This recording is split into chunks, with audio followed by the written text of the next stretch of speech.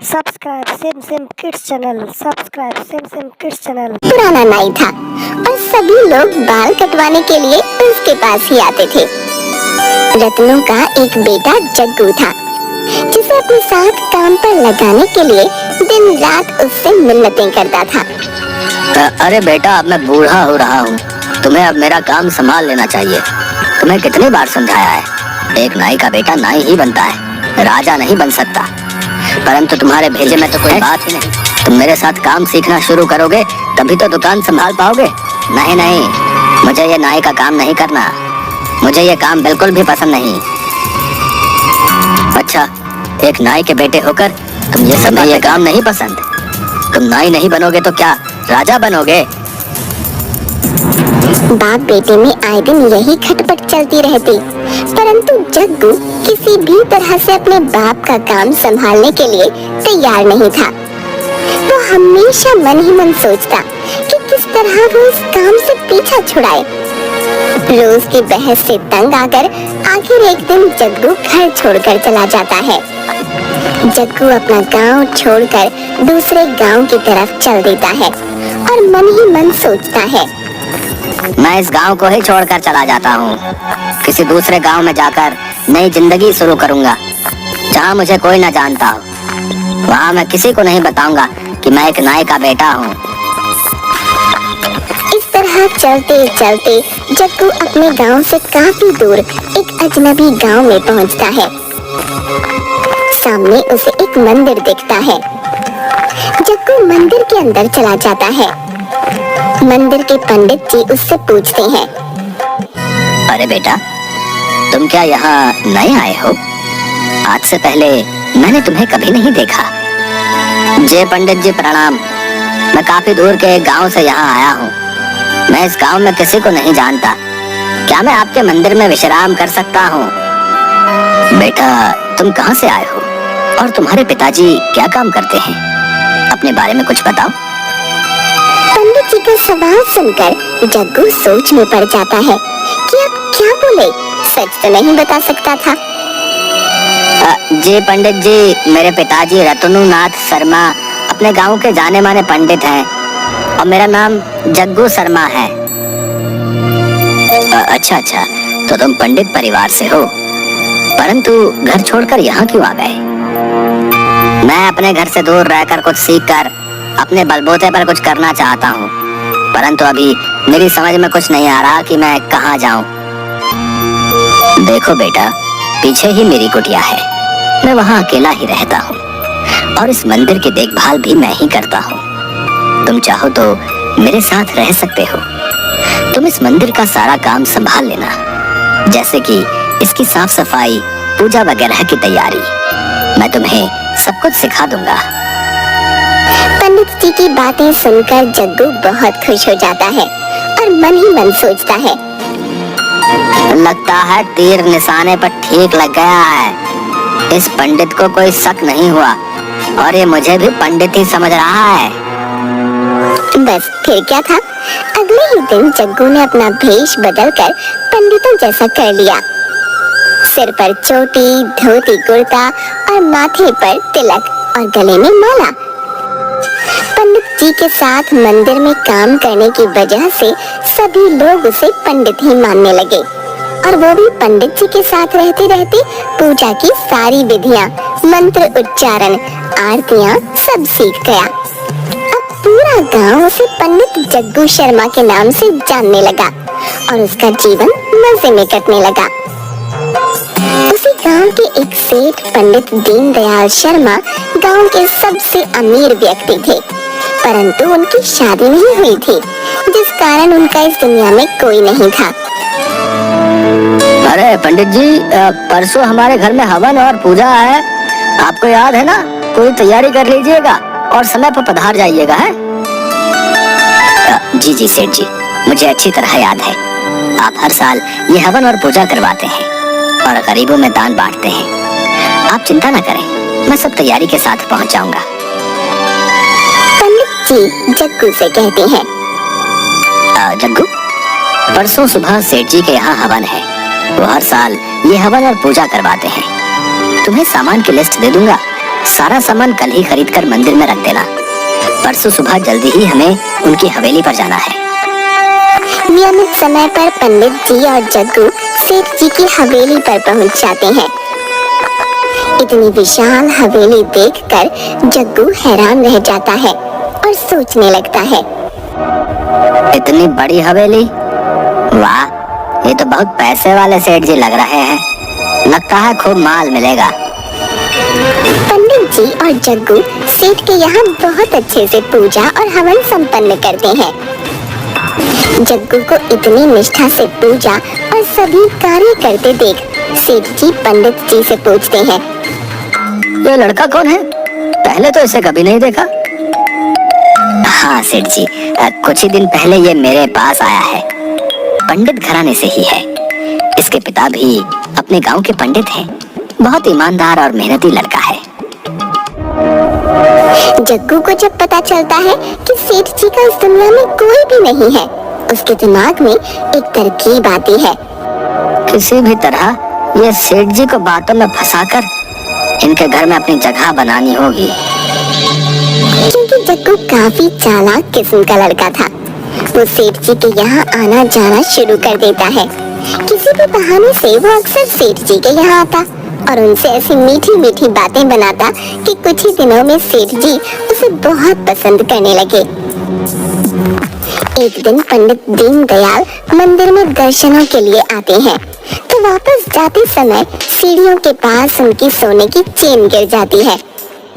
उस पर जग्गू की नजर पड़ती है तो उसके मन में लालच आ जाता है, परंतु दूसरे ही पल में सोचता है, यदि ये सोने की चेन मैंने सेठ जी को लौटा दी तो उनके मन में मेरे प्रति विश्वास और जाग जाएगा। ये अच्छा मौका है दिल में अपनी जगह बनाने का। बस यही सोचकर वो तुरंत चेन उठाकर सेठ जी को सौंप देता है। अरे रुकिए सेठ जी, ये देखिए आपकी सोने की चेन यहाँ गिर गई है। अरे सच में ये तो मेरी ही है। मुझे पता ही नहीं चला ये कब गिर गई।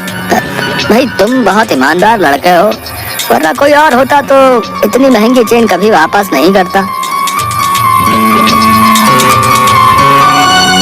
कुछ दिनों के बाद जग्गू मन ही मन एक प्लान बनाता है और एक व्यक्ति को 500 रुपए देकर कहता है, देखो तुम्हें मेरा एक छोटा सा काम करना है। पंडित दीनदयाल रोजाना सुबह मंदिर आते हैं। उस समय उनके साथ कोई नहीं होता, तो जब वो मंदिर से निकले थोड़ी दूर जाने पर उन्हें रास्ते में रोककर उनसे उनका बटुआ छीन लेना। तभी मैं वहाँ आ जाऊंगा और तुमसे लड़ने लग जाऊंगा। तुम मुझे नकली मुक्के और लात मारना, बदले में मैं भी तुम्हें मारूंगा और तुम वहाँ से भाग जाना। अगले दिन पंडित दीनदयाल जब मंदिर से निकलते हैं, तय समय के अनुसार वो गुंडा वहाँ आता है और वही करता है जो जग्गू ने कहा। जग्गू तुरंत वहाँ पहुंचकर उस व्यक्ति से लड़ने लगता है और सेठ जी पर अपना प्रभाव बढ़ाने के लिए उस व्यक्ति से झूठ मूठ मार भी खाता है और सेठ जी का पर्स वापस लेकर उस आदमी को वहाँ से भगा देता है। बस इस घटना के बाद तो सेठ जी के मन में जग्गू के प्रति बहुत प्यार और विश्वास जाग जाता है और वे उसे पसंद करने लगते हैं। अगर आज ये लड़का ना होता तो न जाने क्या होता। भला हो इसका। पंडित दीनदयाल शर्मा एक दिन मंदिर के पंडित जी को अपने पास बुलाते हैं और उनसे कहते हैं, देखिए पंडित जी, मैं आपसे एक बात कहना चाहता हूँ। मुझे ये लड़का जग्गू बहुत ही पसंद है। ये काफी ईमानदार और अच्छा लड़का है और फिर पंडित परिवार से भी है। मैं तो अब बूढ़ा हो रहा हूँ, मेरा कोई वारिस नहीं है। मैं सोच रहा हूँ कि क्यों ना इस जग्गू शर्मा को गोद ले लूं और इसे अपना बेटा बना लूं। ये बात सुनकर पंडित जी हैरान हो जाते हैं, परंतु खुश भी होते हैं। अरे सेठ जी, लड़का तो सच में हीरा है, हीरा। यदि आप इसे अपनी शरण में ले लें तो इसका जीवन सुधर जाएगा। पंडित जी वापस मंदिर में जाकर ये खुशखबरी जग्गू को सुनाते हैं। अरे जग्गू, तुम्हारी तो लॉटरी निकल आई। तुम्हारे लिए बहुत बड़ी खुशखबरी है। अरे ऐसा क्या हो गया पंडित जी, आप इतने खुश क्यों नजर आ रहे हैं? अरे तुम सुनोगे तो तुम भी खुश हो जाओगे। पंडित दीनदयाल शर्मा ने आज मुझे अपने घर बुलाया था और उन्होंने मुझसे कहा कि मैं जग्गू को अपना वारिस बनाना चाहता हूँ, यानी वो तुम्हें गोद लेना चाहते हैं। इतने अमीर आदमी के पुत्र बनकर तो तुम राज करोगे, तो बताओ, है ना ये खुशी की बात? ये बात सुनते ही जग्गू के मन में लड्डू फूटने लगते हैं। उसकी मनोकामना पूरी हो गई थी, परंतु वो नाटक करते हुए बोलता है, पर आपको छोड़कर मैं कैसे जाऊंगा? आप अकेले नहीं हो जाएंगे। अरे मेरी चिंता मत करो, अपने भविष्य के बारे में सोचो। फिर तुम कौन सा दूर जा रहे हो, इसी गांव में तो हो। हम लोग रोजाना ही मिलते रहेंगे। बस अब तुम सेठ जी की हवेली में जाने की तैयारी करो। जग्गू की खुशी का ठिकाना नहीं था। वो मन ही मन सोच रहा था कि तीर इतना जल्दी सीधा निशाने पर लग जाएगा, ऐसा तो उसने सोचा ही नहीं था। वो सोचता है, मेरे पिताजी तो मुझे बहुत ताने मारते थे कि नाई नहीं बनोगे तो क्या राजा बनोगे। अब कोई उन्हें जाकर बताए कि मैं तो सचमुच राजा बनने वाला हूँ। आखिर मेरा सपना जो पूरा होने जा रहा है।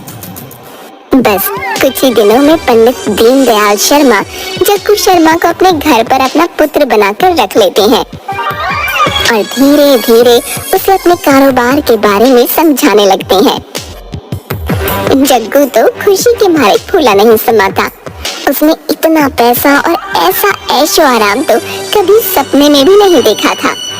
वो खूब ठाट से रहने और खाने पीने लगता है और नौकरों पर हुक्म चलाने लगता है। वो सेठ जी के काम में कोई दिलचस्पी नहीं दिखाता और सारा दिन नौकरों पर हुक्म चलाता, खाता पीता और आराम करता। जग्गू की जिंदगी बहुत ऐशो आराम से गुजरने लगी। वो सचमुच में भूल जाता है कि वो असल में है कौन। सेठ जी जग्गू से कहते हैं, जग्गू बेटा, आज दूर गांव से 3-4 व्यापारी आ रहे हैं। वो हमसे कुछ जमीन खरीदना चाहते हैं। जब वो लोग आए तो तुम भी मेरे साथ बैठना, ताकि तुम काम की सभी बारीकियों को समझ सको। आगे तो तुम्हें ये सब संभालना ही है। जी, जैसे आपकी आज्ञा। वो लोग हवेली में आते हैं।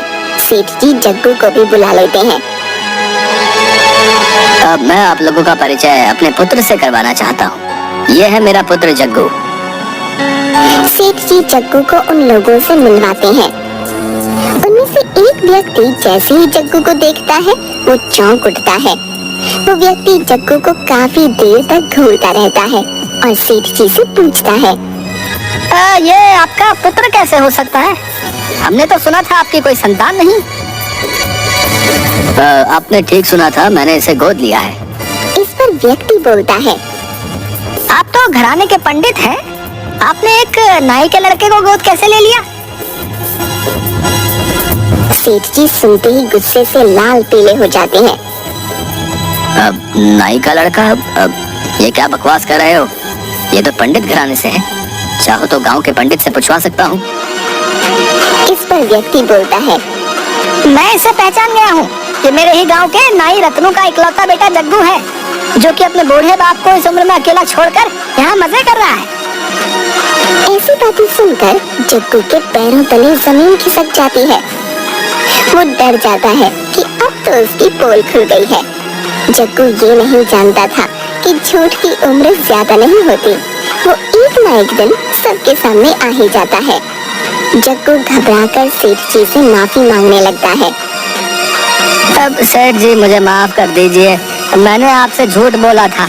ये व्यक्ति बिल्कुल सच बोल रहा है। मैं एक नाई का ही बेटा हूँ।